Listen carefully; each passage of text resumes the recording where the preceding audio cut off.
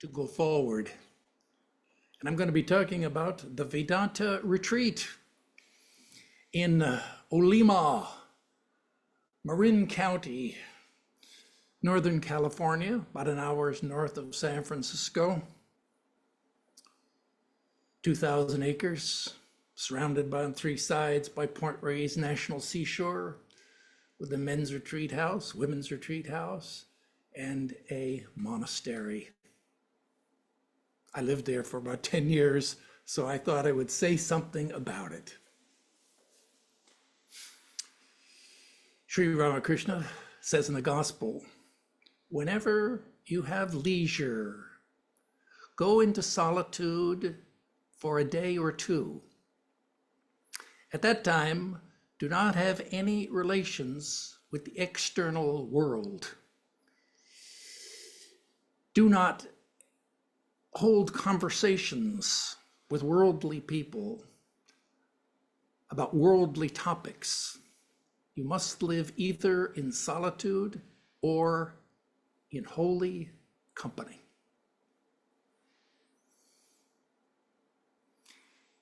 So he's talking there about withdrawing from the world.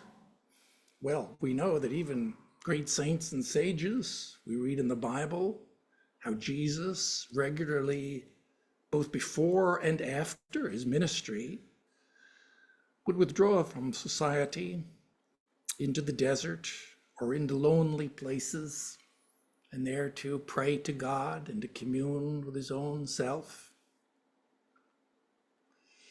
And this idea of withdrawing from the world, let's look at that term, the world. What is the world? Well, in Christian theology, of course, we have two realities. One is God, who is the creator, and his creation, that is the world. And we're enjoined in the Bible to love God with all of our heart and soul and our mind. And rather than his creation, that is the world. In the book of St. John, it says, love not the world or anything in it. For if a person loves the world, then the love of the Father is not in him. Well, this is the idea, the world. Well, we read about it in the gospel of Sri Ramakrishna all the time. And the teaching of Vedanta, of course, by the world, we mean this dualistic, relative world of name and form. This world of Maya, which has, as the Lord Buddha discovered in the most ancient of times, has three characteristics. That is, all is suffering.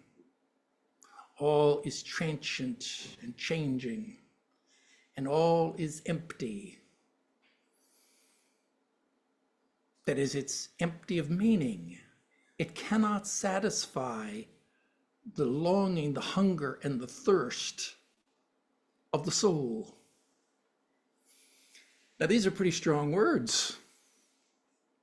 But this morning, we're not talking here about overcoming, going beyond the world of suffering, or going beyond Mahamaya. We're not talking about that.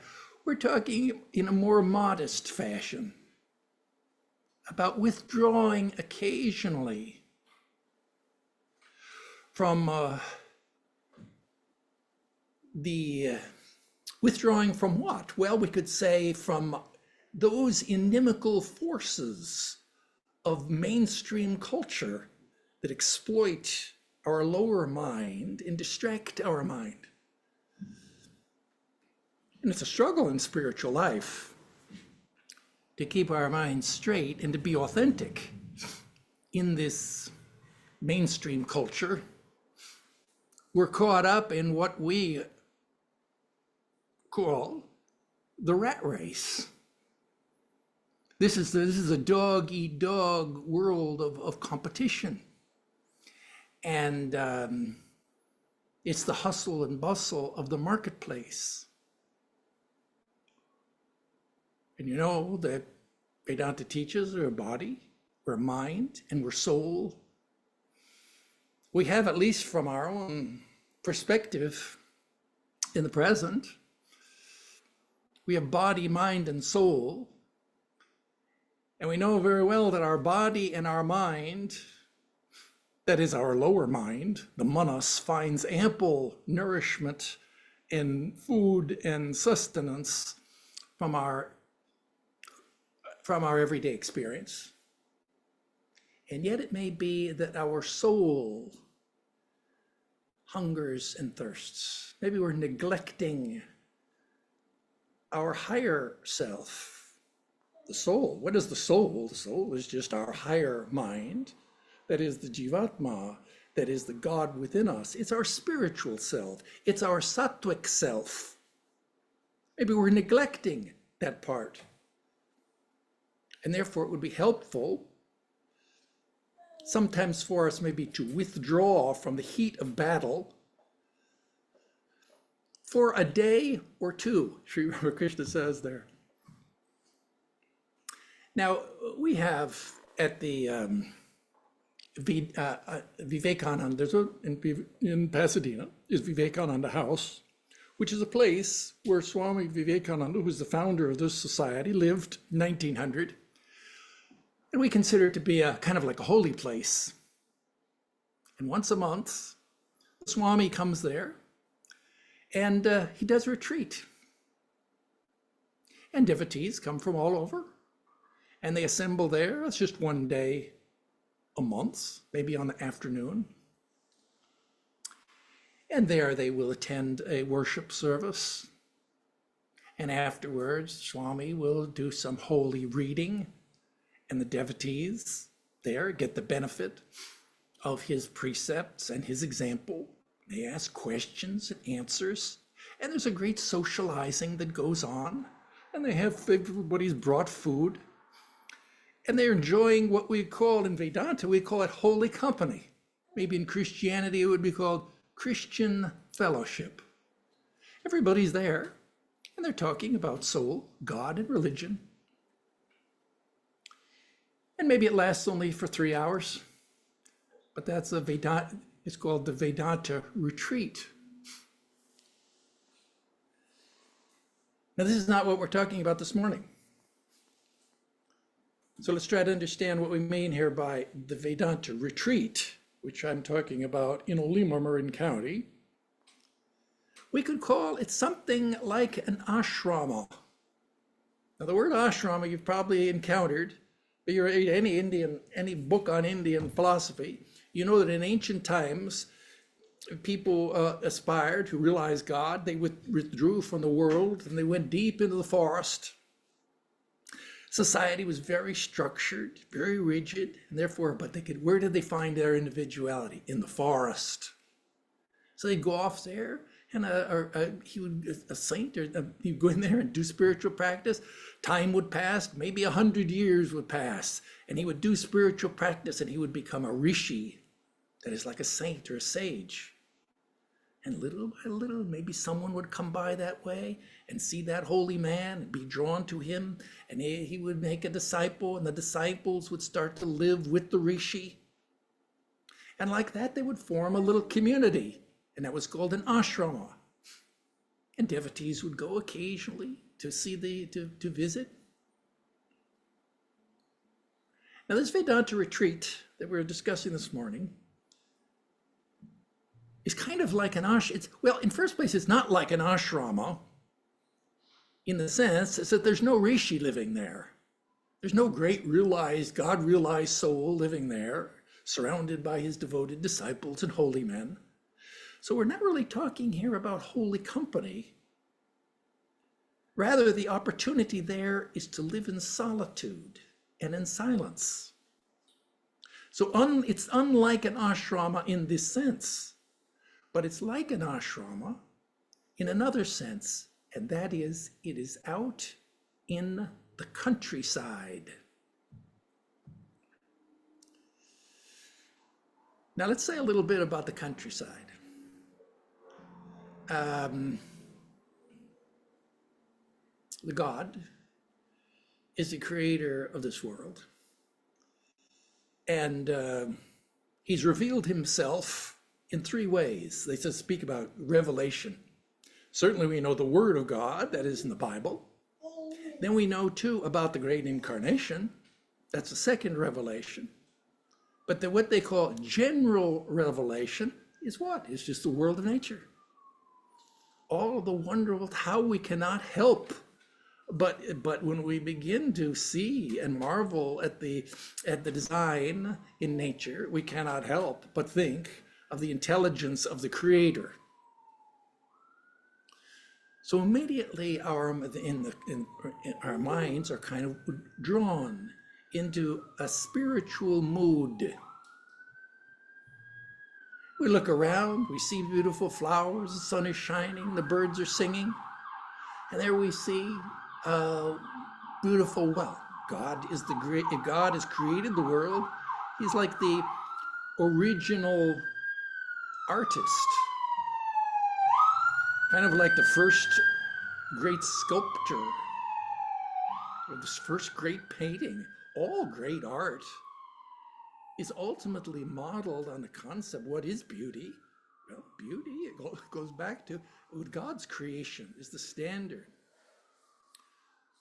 for what is beauty. And therefore all around us, we find ourselves surrounded by the beautiful and surrounded by God's creation. At that time too, we see, they say, that when you're in nature and in the presence of the natural world, what do they say? God made the country, man made the town. That's the American saying. God made the country. Sometimes in the country, people say that they feel a kind of connection to something spiritual, a connection maybe which they do not feel in the energy of a big city. And it's true, say that you're come down the entrance avenue of the Vedanta retreat, Olimo, Marin County. You see a long avenue there lined with eucalyptus trees, hundreds of feet high. It's a magnificent, grand entrance. You can't help but stand by one of those trees and look up and feel a sense of humility.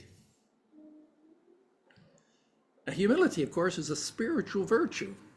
That's a spiritual emotion that we're feeling. And humility means literally the humus, that is the ground. We feel more grounded.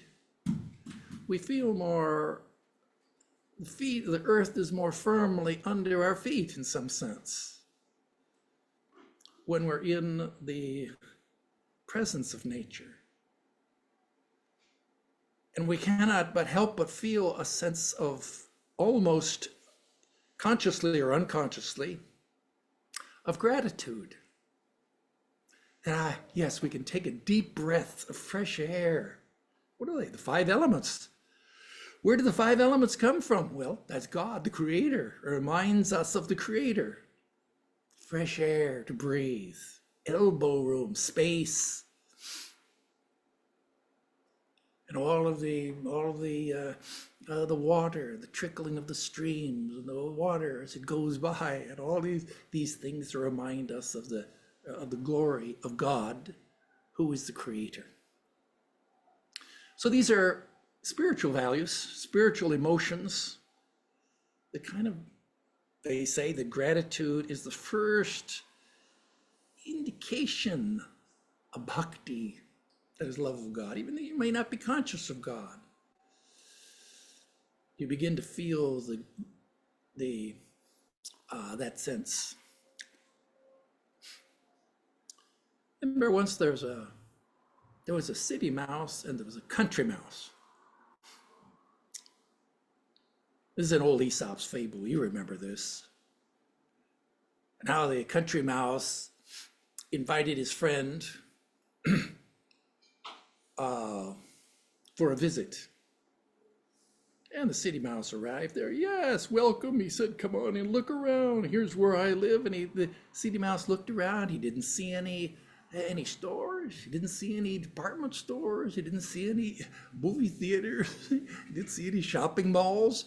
What do you do here all day? He looked around, just saw, he saw was grass and trees. Oh, well, come in here. He said, let's have dinner. Invited him in, and he's gonna have I prepared for a very good dinner tonight. And he said, what was his dinner? 1/2 of an acorn and a glass of water. And the city mouse looked at us and said, this is your dinner? This is very sad. How can you live like this? This is terrible. He said, why don't you come and visit me? You see, you'll be amazed where I live. And the city mouse thought, okay. And time passed, and he went there to visit. Yes, very good. And they came in and said, yeah, welcome. He says, yes, come on in. We're going to have, so I'll show you. Let me show you something. They went in and they went into the dining room and they climbed up on the chairs and on the table. And there on the table was a huge spread of a whole dinner, all prepared. And all of these delicious foods. And the country mouse would look there. He took one step towards the food. And then they heard, what's that sound? The doors swing open. Oh, a whole crowd of people come walking in. Dinner is served. And of course the mice, they scampered quickly out of there and back into their little hole. There they sit there in that dark little hole, waiting and waiting. Hours pass. Finally, these people finished their dinner and they left. Ah, yes, said the city mouse. Come now, you can see us. Let's go see, have something to eat. Yes, I'm starving. Country mouse goes out. They climb up on the table. They go out there. No sooner if they get out of a little hole, than they hear this wham, snap. So what was that? Terrified to look around. Oh, don't mind. There's just a mouse trap there. Oh, we just barely missed that. Oh, the little country mouse was so frightened. He says, these mouse traps are around here. Don't worry about that. Let's go up and look at the table. They climbed up there. There was a table. Oh, there was still plenty left on the table, plenty left over. And the country mouse was just reaching for some little morsel of food when they heard a sound. Meow. Oh, what's that? Ah, there's a cat. They both frightened. They ran up and back in the hole again. By this time, the whole night, the little country mouse, they're shivering in fear, hungry. Says, thank you very much, inviting me here. But I think I'm going to go back and live where I was living, little place under a log in the forest. At least a humble, that's the Aesop's fable. A humble household with peace and quiet is better than the danger and strife of the big city. So that's our idea. It was retreat. We go to that retreat and well, good, at least we're on our way now, because our goal here now is going to be to do spiritual practice and to meditate. And it says in the Upanishad, the Shvetashvatara Upanishad, that is the great white horse Upanishad. It gives instructions there on meditation. And it says there in a kind of a homely fashion, old-fashioned verse, where do you meditate? Well, you have to find a place that's free from gravel and from stones and from distracting noises and from put down little grass, durva grass there. You can't be sitting on a hard pavement or a hard floor. It says there, just find a place that maybe it's near a trickling stream or near the sound of a waterfall. And there in a beautiful place which is pleasing to the eyes, in such a hidden retreat. Those are the words of the Upanishads. In a hidden retreat, in a place free from winds, there one should practice yoga. So this is the idea. If we could go to such a place. Now there you have, if you go, well, you go to the men's retreat house, women's retreat house. Oh, there you have beautiful old Victorian house, colonial period maybe, all private rooms, everything's quiet. And what would you do there all day if you were to go there? What would you do? Well, the monks who live there in the monastery in the big barn area, they have plenty to do. They have to clear roads, trees fall across the rain, the trees fall across the road. You have to get the bulldozer to grade the roads, and they have to rev up the crane to dredge the streams and the go through the property,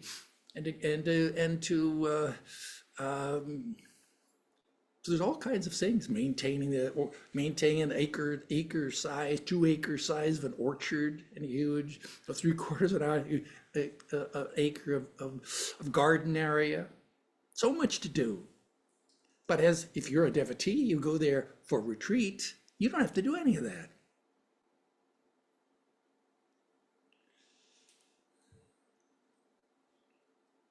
Now, what could you do? Well, we saw a lot of people come through there. What could you do? Well, you do have many opportunities. That is, you could go hiking in one of the many miles of high forest, fir trees, pine trees that stretch all the way to the seashore. You could walk all the way down the historic Bear Valley Trail to the National Seashore. You could walk along the beach, marvel at the ocean.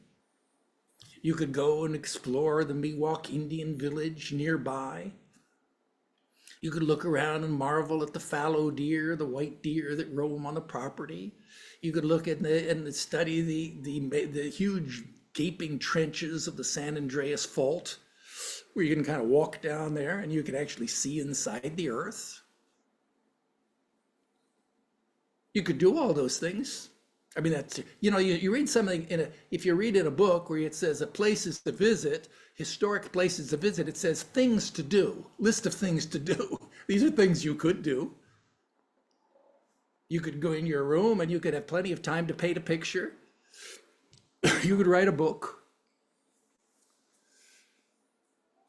And I'm always think about Norman Vincent Peale, Power of Positive Thinking, a wonderful book recommended by our Swamis. But he used to go to write. He was the minister of a big church in New York City. But he would retire every year.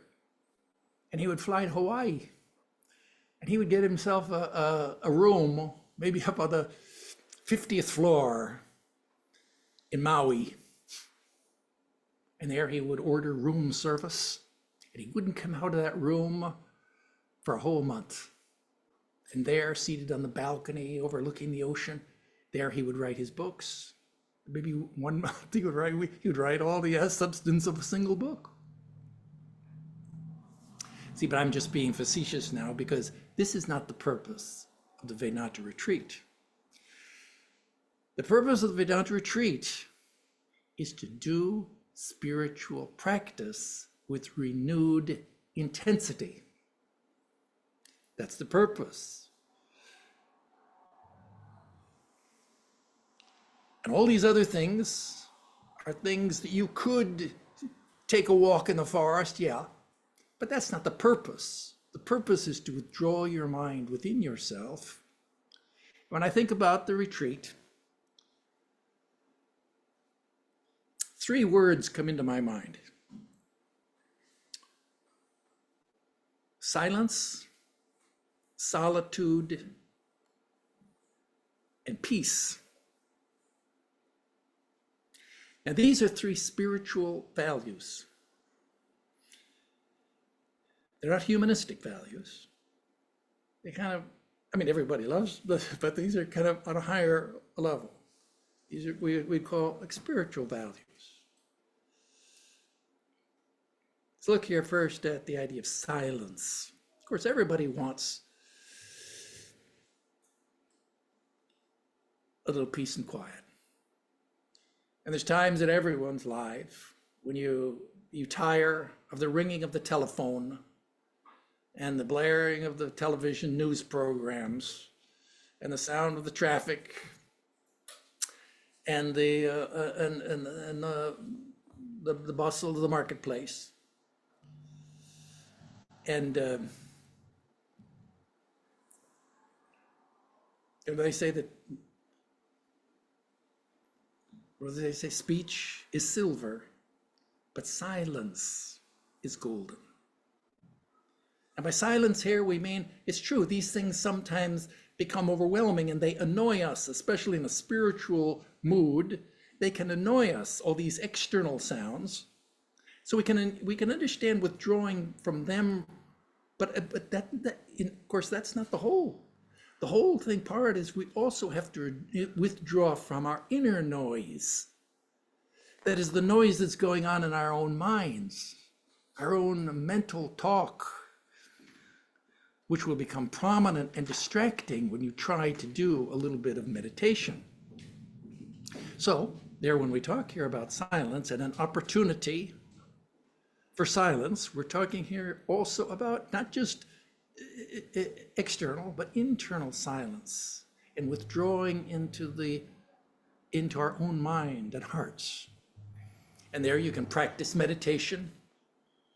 They say when you meditate, all the mantras of meditation include the mantra Om, a sacred word.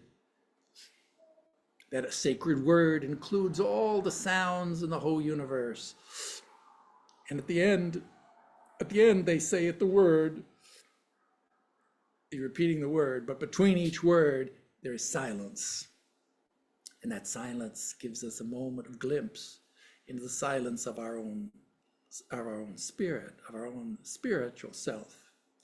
And if we're beginning to meditate within ourselves, we can begin to feel that that inner silence. Sri Ramakrishna says in the gospel, he says, you know, a bee spends a lot of time buzzing and humming around. It's very distracting. It goes from one place to another, but when it alights on a sweet flower and it begins to sip the nectar of the flower, then all of its buzzing stops and it's silent.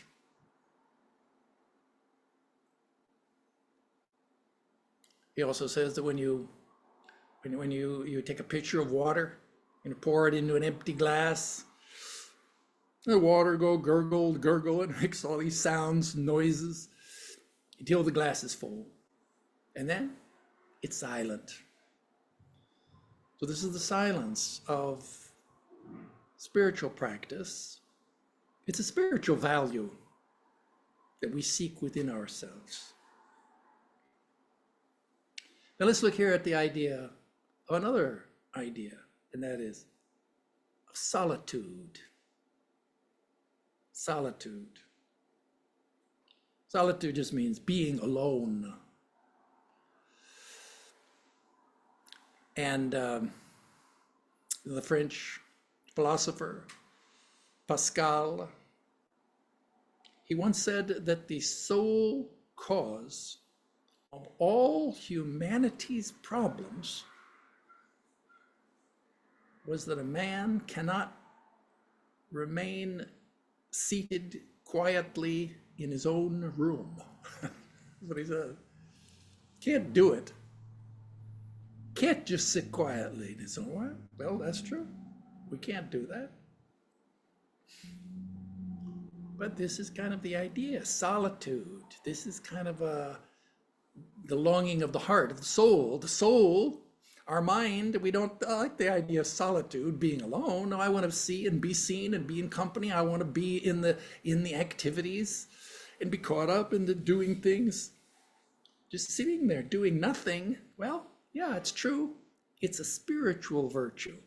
It's a higher, more subtle virtue. And sitting in solitude is a virtue that solitude is like a catalyst. And as it enables our minds to become more calm and more clear. You know, if you take a glass of muddy water, or water, pour some dirt in there, and you just walk and slosh it around, well, it's gonna become all muddy. But if we were to take that glass and just put it there, set it quietly on the shelf somewhere, that gradually all of that dirt, mud would settle out, and we'd see, but gradually there would appear in the upper part of that glass the clear water. In other words, clarity. That clarity of our mind, that's our soul, that's our self. If we could sit and get into that state when all of our thoughts and all of our troubles and all of our distractions were to kind of settle down, and we were to just, then we'd find our mind would become, naturally, nothing mysterious or strange about it, becomes more clear. We become more clear of our nature, of the truth of our being. And at that time, questions, yes, this is my real, authentic nature. This is my natural state that is of clarity, calm clarity. How can I, maybe this question would arise, this is sitting in solitude. Maybe the question would arise, well, what can I do to reorder my life and my goals so that they will serve this higher purpose? Our higher purpose is what? Is to be who we really are, to be authentic. That is to be clear about who we are, to be calm. And that's a yogic ideal. That's a spiritual ideal. Not everybody maybe would appreciate that. But that's the virtue of sitting in solitude. You think sitting in solitude, people would think of I'm alone. I don't want to be alone. People would feel uncomfortable being alone. For 1 or 2 days, Sri Ramakrishna says, you're alone. At that time, maybe you'd feel, it's all right. Brahma, the creator of this world, when he first appeared there, his first feeling was he looked around, he didn't see anything. And he felt very much alone, and he felt afraid. And so at that time, what could he do? He closed his eyes, he withdrew his mind into the words of the Vedas, and he realized, yes, that there is one only without a second. That I am the creator. There's nothing separate from me. So like that, he began to realize, and all his fear disappeared, and his discomfort disappeared. And great creativity arose in his mind to create this world. Brahma, he was the first, maybe we could say, is the first great holy man. Holy man. That means a holy man is a person who is whole. That means who is complete within himself. The holy man, a person ordinarily, we don't feel as if we're complete. We need to be around in mirrors. We need to be living in a world, a house of mirrors, where people will validate us and approve us and include, and it's good. We need validation. We need approval. We need love. We need inclusion. We find that everywhere around us. But a holy man realizes that although we want those things, that we don't need those things. We don't have to grasp. We don't have to cling to those things. That even if we were to remove the mirrors temporarily, just turn them upside down just for a little bit, we'd still be there. We're still complete. In a way, begin to discover. I'm talking now about, that's kind of like self-realization. In the 5th chapter of the Bhagavad Gita there, it describes a holy man, where it says, is a person who finds his happiness within, who finds his joy within, who finds his light within himself. That your person has gone to Brahma, Nirvana, they call it, is a real yogi. So that's our ideal. Our ideal maybe is to discover that inner wholeness and completeness that comes with the contemplation of our soul and our self. So we're talking here about solitude. Let's look here at the word peace. All of us want to discover some peace. We want to be at peace with the world and at peace with ourselves. And what does that mean, at peace? Well, at peace just means that we're in harmony. We're not in conflict. We're not subject. The yogis describe it more psychologically. They say they're talking here about inner peace. Forget about, we understand what it means to be external distractions, but inner peace means to be free from the conflicts of our own mind. Our mind is in conflict between desire, that is I don't know if some of you have seen in San Diego, you go to the Museum of Natural History, and their major exhibit when you walk through the door is the Foucault pendulum. Now, the Foucault pendulum is there. Well, it's an amazing scientific demonstration of the rotation of the Earth. It's just a big circle. And there's a pendulum hanging there from a wire with a bob on the end, and it's swinging back and forth. And all around the circle, there are little, like dominoes. And as it goes across, every minute, as the Earth turns, that swinging pendulum will knock down one of those dominoes. You sit there and you just sit there, watch, you wait there a minute, and sure enough, bam, another domino showing that the Earth is rotating, the pendulum is not rotating with the Earth, and yet it's swinging back and forth. So this is a metaphor for our own mind. Raga, dvesha, it's called desire and aversion. It goes back and forth, our minds. In order to find peace, we would have to, that is, the pendulum will probably never find peace because it's subject to the laws of nature, action and reaction. But the idea is if we could remove ourselves from the laws of nature, that is to say, kind of a spiritual, transcend our own natural inclinations, that we can imagine that pendulum would come to rest. It comes to rest at the point of equilibrium. It's that point which is the goal of yoga. That's called one-pointed concentration. That's called focusing our minds on God, soul, God, religion, something higher. At that point, our mind becomes focused and becomes centered. And because it's centered, everything else in the wheel is moving, but the center doesn't move. And that if you could become established, the ideal of yoga is to become established in that state. That's a very high spiritual state that we aspire to as an ideal. Ordinarily, we cannot get into that state. That's called samadhi.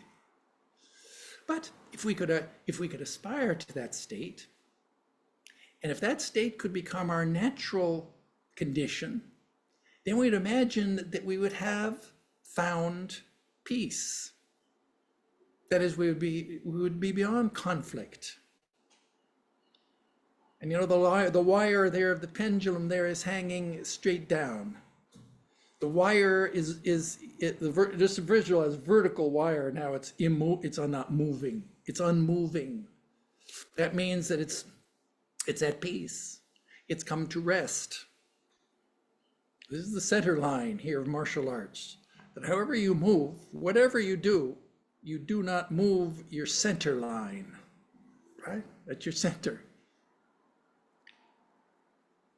That's what Vedanta says in the line. You read the Devanagari script along the top of the, horizontally now, along the top of the script, there's a line.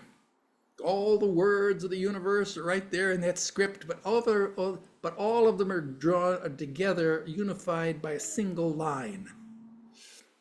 That's the line of inner peace, that line of continuity that comes when we found our inner peace.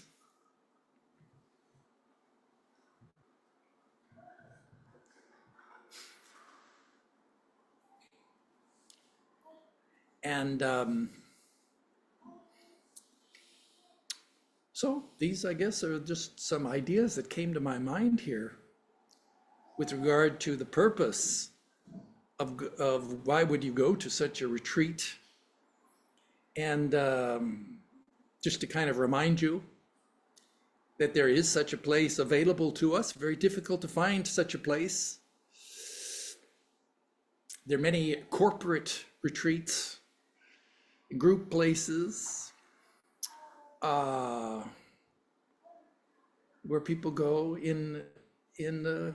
for events, but a place to be alone and to be quiet and to sit in solitude and to find inner peace. Well, that may take something of a difficult to find. Well, there it is, Vedanta retreat.